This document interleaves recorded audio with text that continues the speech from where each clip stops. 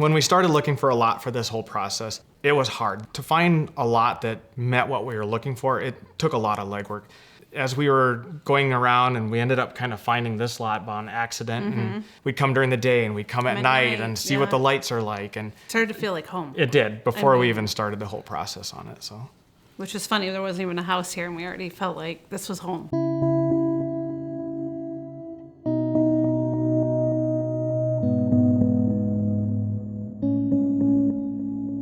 My name's Jamie Mutchik-Naus. I work for a construction company here in Sioux Falls. My name is Karen Mutchik-Naus, and I work at TSP here in Sioux Falls as an interior designer.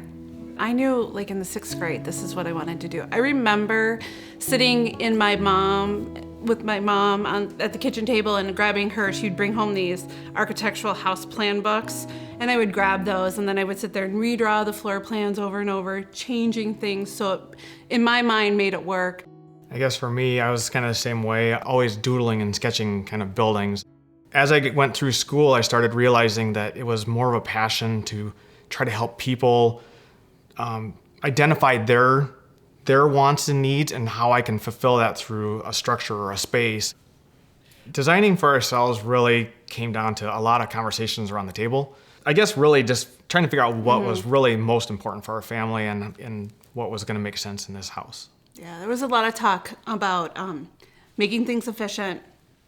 For me, staying on budget. Our previous home, we were actually in that house for 18 years. So when we built that one, we were very young. And we had no clue what we were doing. Designed a house that it fit our budget, but it didn't fit our family. When we finally got to the point where it was time for a change, then we knew that we needed to make it work for us and how we live. We have 3 kids. We've got a elementary, middle, and high schooler, which keep us busy. We're looking at a space. We want to make sure that we have seating for all 5 of us, making sure we all fit, we're comfortable. How do we watch TV? How do we work within the space to make sure it works for us? We went with big windows, open concept, a lot of light colors to try to keep everything bright in here. During the day and sunny days, you don't even have to have lights on in this house. We also designed it for future. Each kid has their own bathrooms, and we have basically a second kitchen downstairs. So that way, when they come home with their families, they have their own spaces. And so we designed it for that future. So before we did this house, we actually were looking at building a few years back, and we had gone to another bank, and we had started going through the process, and you just know how you get that feeling that something's not right, or you don't feel comfortable with it, and we both kind of looked at each other and said, something's not right. And so we kind of put everything on hold and took a step back and waited another probably 1.5 or 2 years, and then we decided we were going to try this again. Our best friends recommended we go to First Dakota. They told us, you have to talk to Jenny.